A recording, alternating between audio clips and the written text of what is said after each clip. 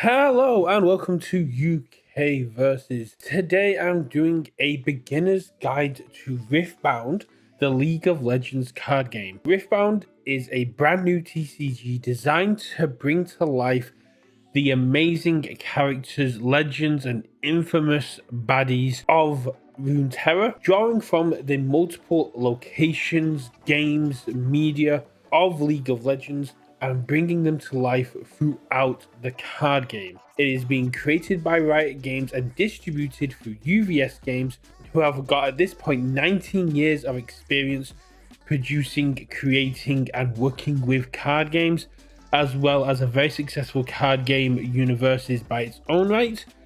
So I have got great expectations for this game. What is Riftbound?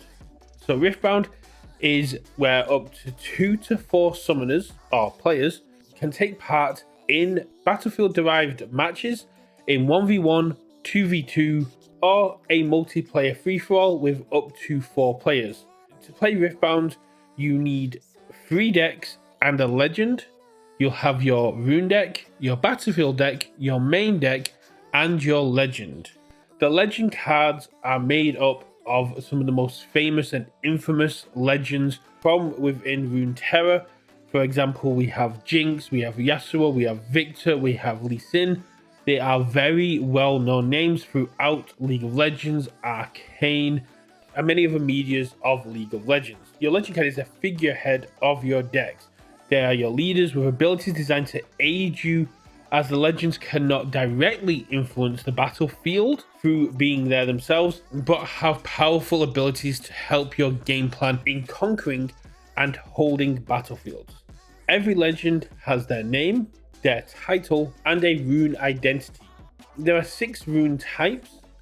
There is Fury, Chaos, Mind, Calm, Order, and Physical.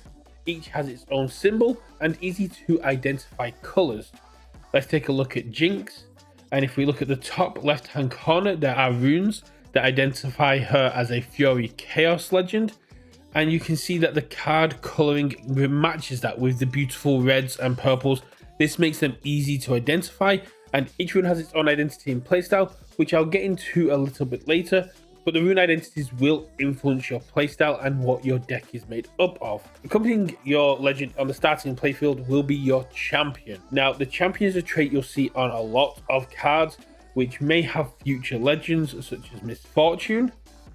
But to use a champion as your companion to your legend, it must share the same name and must have one of the rune identities of your legend. So going back to Jinx, if we take a look at Jinx with the Fury and Chaos, this means that we could use the Fury Jinx or we could use the Chaos Jinx.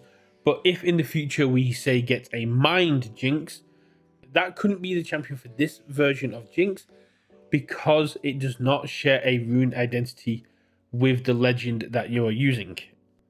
Your champion also counts as part of your main deck. So when we get into what your main deck is made up of, it will still take part of the contents of that, but I'll get into that a little bit later on. Let's start off with a bit of an easy one, but a very integral part of your game plan, the battlefield deck. Riftbound has 3 decks, the battlefield deck, the rune deck, and the play deck. So before we get into the contents of your play deck and your champions, let's take a look at the battlefield deck and how impactful that will be. Your battlefield deck will contain 3 battlefields, each of which you should choose to help your win conditions, mitigate any loss conditions, and make it as easy as possible for you to conquer / hold any and all battlefields and acquire points as quickly as possible. We'll get into points when we talk how the game is played. At the moment, let's just focus on the decks. So you will choose 3 battlefields. There are 3 ways to play Riftbound. In a best of 1 game, you will randomly choose which battlefield you're going to use. In a best of 3, you will choose your battlefields, make it so you have a more strategic advantage to try and get hold of the battlefields. And if you lose 2 games, you lose the match. So there will be times where you don't get to play all 3 battlefields, but being able to choose the battlefield you play is very powerful. In a 2v2 or 4-player free-for-all, each player will choose a battlefield and then one of those battlefields will be randomly chosen and will not be played, and you will play the game with 3 battlefields as opposed to 1v1 where you only play with 2. Battlefields are very important, so we will touch back on them when we look at how to play a game, but when choosing the battlefields to put into your deck, try to find ones that synergize with your legend or champion, or the kind of play style that your character is going for, without also enhancing what your opponent is trying to do. It's a very thin line to walk. The battlefields can be between a winning matchup and a losing matchup. Your rune deck is made up of 12 runes. These are proportional split between your character's rune identities. Runes are very important because these are your resources. This is how you will pay for playing cards and some abilities.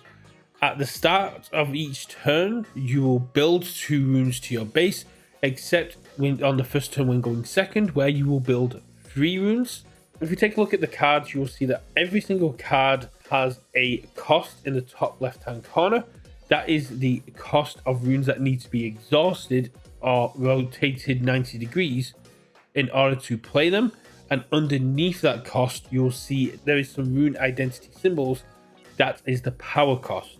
If a card has a power cost, that means on top of exhausting runes, you must also recycle them, and that means putting them on the bottom of the rune deck in order to play the cards. This allows for more balancing and allowing cards to be played that are more powerful without making them ridiculously expensive, because you are going down in resources to play them.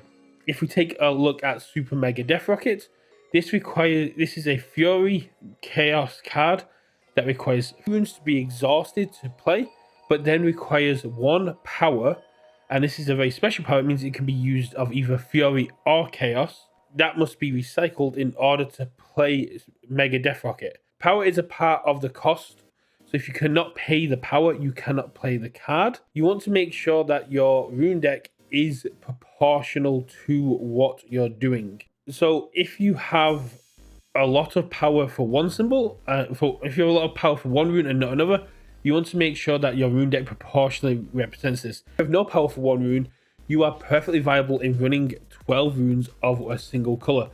The color of the card does not need to match the runes that are exhausted to play them. Only thing that matters when it comes to the identity of the runes that you are using is when you are recycling them to the power. So if you are running a Victor Mind Order and then you have no Mind Power cards, you can run a 12 card order set rune and still play the game functionally the same as everybody else, because you can pay for all your mind spells, but you have all the power you need to pay for your order stuff if you need it. I'll touch it a bit more on that later on and in future videos, but when building your rune deck, your power ratios is something that you will need to take into account. Your main deck is made up of 40 cards minimum, with an allowance of 3 copies of each card allowed. Your champion is included in that count, so although they're in the champion zone, they are part of your 40 card count, which means realistically we're only using 39 cards in our main deck. With 3 copies of every card being allowed, this leads to very functional, very efficient decks that are going to see what they need in terms of bombs and control and aggression quite consistently. So be prepared for that when deck building, not only taking into account how effective and efficient your deck's going to be, but how effective and efficient your opponent's deck's going to be. But that's something I can get into when we're looking a bit more advanced. Let's stay with the beginning basics. There are 3 types of cards you can run in your deck.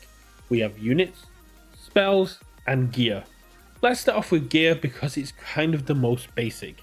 Gear is a type of card that is built into your base. Seals cost power to play, but that means when you play them, you get to use them to pay for power. So if you look at the Seal of Fury, it costs 1 Fury to play. There's a great trade-off because it allows me to exhaust in future to play Super Mega Death Rocket, to utilize all this power that we have there, and then get to exhaust it and use it without having to recycle any further runes for Fury power costs. Seals also enter your base ready, which means that they can be exhausted immediately to pay for power costs of the future, allowing you to have access to better strings and utilize resources very well. You can also recycle exhausted runes. So if you want to play a unit first, then get your seal out, you can use one of the runes you exhausted to get your unit out, and your seal will still come in. The second type of card I'm going to talk about is spells. Spells interact with the game state either through units, through draw power, through interaction with bases, adding or removing might from units, or even just adding damage or destroying units. And they are very powerful cards that can turn the tide of a showdown or a game very quickly. Spells come with 3 different speeds. A spell that has no keywords on it is a base speed spell, which means it can only be played outside of a showdown. For example, let's take a look at Super Mega Death Rocket. Spells that have action on them are spells that can be used outside and inside of a showdown. So once a showdown started, you can still use spell cards that have the action keyword on them, because they have a bit more speed than the base speed. And then we have our fastest spells, which are our reaction spells. Reaction spells can be used outside or during a showdown, or can be used in reaction to another spell or ability. So during a showdown, or if our opponent wants to play an ability on a card, we can use a reaction to mitigate the damage that that spell is going to do, outright counter it, or just kind of take control of the flow of that showdown or what that spell is going to do to our units. As well as, because of how the spells will resolve, it is first in, last out. So if our rival uses an ability that targets one of our units and we have a reaction spell which lets us target our unit for destruction, their spell will just kind of fizzle because the unit is no longer there. The first spell that is played is the last spell that resolves when reactions are playing. Do remember that your opponent is able to react to your reactions as well, and that can kind of build into a stack of reactions. Spells are very powerful. They can help hold or conquer battlefields. They can turn the tide of a game, and keeping your runes up on certain rune identities can give your opponent pause for thought that you are holding something that could be very impactful to them, even if you're not. Bluffing is a very big part of TCGs, and if it's something you've never done before, you need to get comfortable doing it quickly, because bluffing a reaction can be as powerful as actually having the reaction as in your hand. The last card type I'm going to talk about are units. These are your troops on the ground. Same as gear and spells, they have a cost in the top left hand corner as well as power costs to be played. But in the right hand corner, you'll see another number. This is their might. This is both the damage output that they can do and the health or damage they can take before they are killed.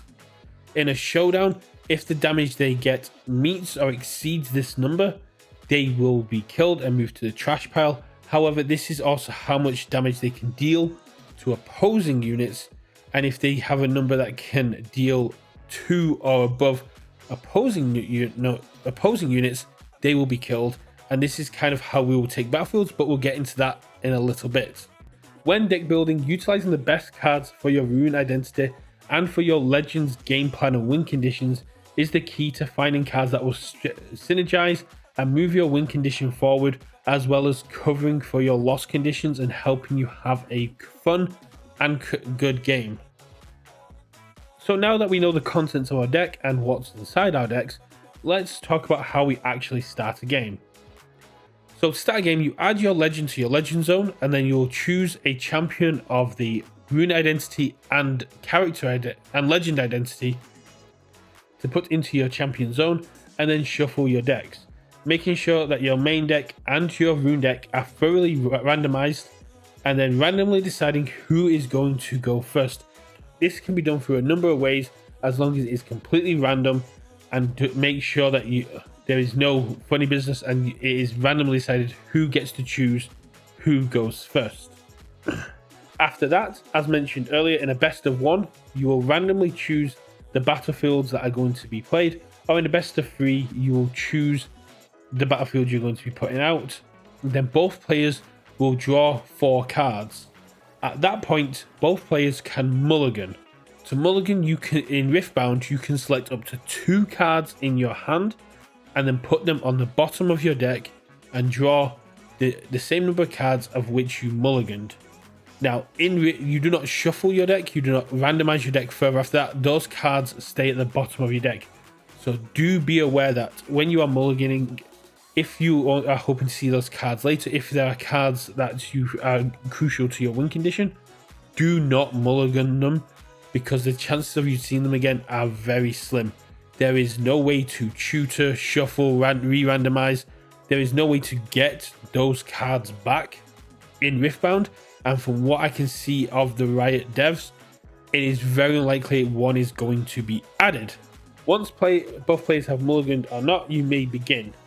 So, beginning the game, in a multiplayer, if in a 4-player game, the first player does not draw, but every other player will draw on turn 1. In a 1v1 or a 2v2, everyone gets to draw from the start of the game.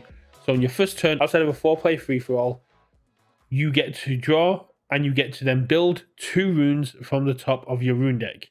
Going on from there, you can resolve any abilities, paying any exhaust cost or power costs, or use any abilities on cards you have in your legend zone on hands, and then pass over. The player going second then draws a card and builds 3 runes. This is the only time they get to build 3 runes as this ability for go in the game.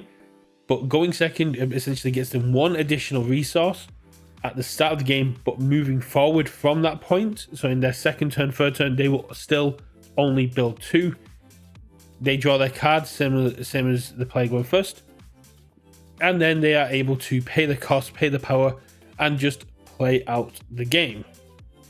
So, as I mentioned, when you're playing out the game, to play cards, you have to exhaust runes that match the top left-hand number of the card, as well as any subsequent power costs, and then that unit will either enter your base, or if you control any of the battlefields, you can have it enter those battlefields. They will enter exhausted, so will not be able to use any exhaust abilities or be able to move and start any showdowns. Once it is entered into play, you will resolve any enter the battlefield or enter the base abilities. So, and there are some abilities such as Legion, which will trigger if you have played a card before this, but that is something to get into a little bit later on or in another video, where we're looking at individual abilities. But read your cards and see if they have any abilities that come in when they have been played or they've entered a battlefield. After you play gear, it enters ready, so it can be exhausted right away to pay for power abilities or use their abilities right away.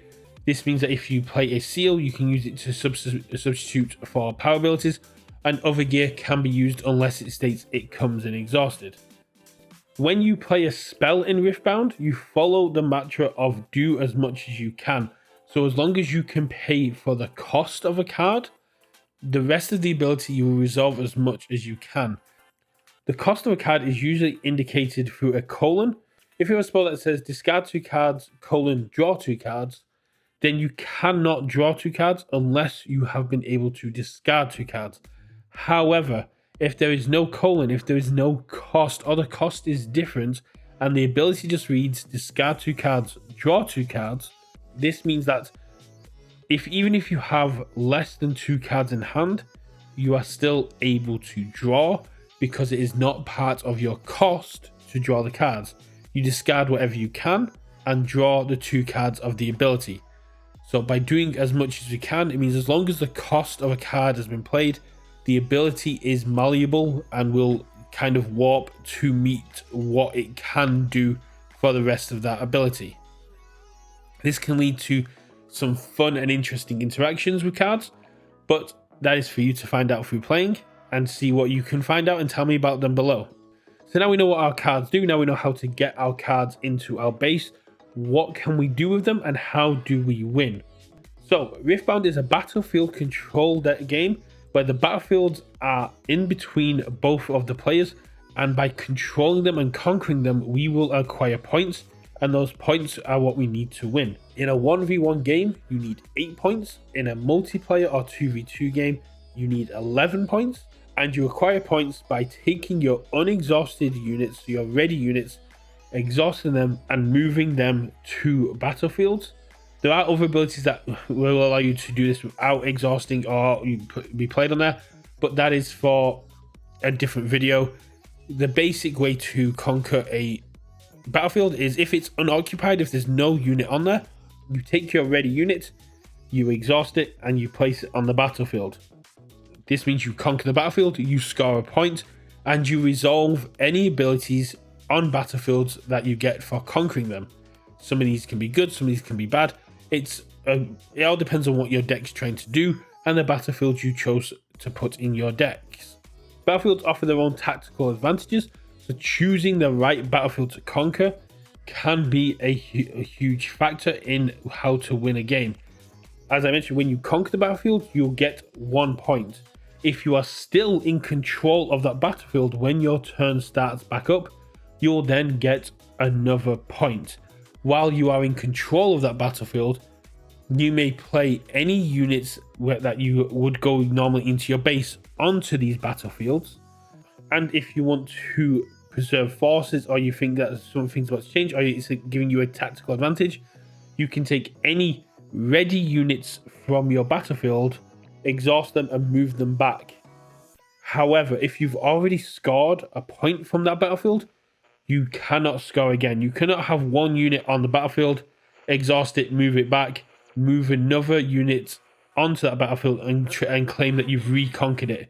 You've already scored from that battlefield, so unfortunately you do not get to score again, and you cannot kind of farm points from one battlefield in the course of a single turn. But what if the battlefield isn't unoccupied? What if our opponents are sat on that battlefield and we want to take it from them because we need the points? So we take our units, we move them into the occupied battlefield, and we start a showdown. At the start of a showdown, we will be able, both players are able to use spells. The defending player gets to utilize their spells first. So they get essentially the first reaction or action during a showdown, and then both players will resolve actions and reactions, and you'll keep playing these abilities until both players are done. At that point, you will tally up all the might of your units and you will assign damage. Once damage has been assigned, all killed units will go to the trash piles. If there is any surviving defending units, the showdown has failed and any of your surviving units will go back to your base. If you have been able to destroy all of the opponent's units on the battlefield, you have conquered it. And as long as you have not scored a point from it already this turn, which is very unlikely in your turn that you have if you're conquering, you get the point for playing it. You take control of the battlefield and your opponent then has to get it back from you. The one thing that I would also mention is once a showdown is resolved, all units heal back up to full might. So you can use base speed spells to assign damage, or you can use action and reaction spells to assign damage, but once a showdown is over, that will heal. So if I use a super mega death rocket to deal 5 damage to a big unit, or say a Yasuo, and I then go into a showdown and I decide not to try and kill off the Yasuo because it's already got 5 damage on it, and I'll just use something else, then after that showdown is done, that 5 damage heals and it does not stay over for the next showdown. So utilizing your spells and utilizing damage that's already there, or making sure you get rid of the best units you can with your might, is very important. When looking to win the game, once you have acquired 7 points, the rules kind of warp a little bit to make it a little bit trickier for you to get hold of that 8th point, or the 11th point if you're in a multiplayer game. To acquire the 8th point, you must either hold a battlefield until the start of your turn, or you must score a point from all battlefields in a single turn. So if we've got a 1v1 2-player game, if I score a point from holding, that gets me to 7, and then I score a point from conquering, I have scored a point from both battlefields, I can get my 8th point and I can win. However, if my opponent is in control of both battlefields and I am on 7 points, even if I take control of one of the battlefields, I will not score a point because I need to score a point on both battlefields in a single turn in order to get the 8th point. This can make it quite hard to get hold of the 8th point with the momentum of a battle. If momentum of a game shifts quite rapidly, especially when you're looking at characters like Yasuo and Volibear, which can ramp up quite quickly in the late game. But if you would score a point, that would win you the game, but can't because you haven't scored a point on both battlefields, you do get to draw a card instead. There's a substitution kind of reward for conquering, and that might be what you need to just take over both battlefields, but that is how you win the game. Once you get to 7 points, you either need to hold a battlefield or score a point on all battlefields. In a multiplayer game, this means scoring a point on all 3 battlefields, which is a lot harder, especially seeing as in a multiplayer game, you can call for help from other players in a showdown. And if this is a point that's going to win you a game, then people are going to jump in to take you down and stop you getting that last point in a showdown. Multiplayer games are a lot more chaotic than 1v1. I would love to talk about them more, but I've not got the most of my experience with them. And maybe I'll do a separate video and kind of introducing to those, but I digress. This is the basics. This is how you play and win Riftbound. It's very intuitive.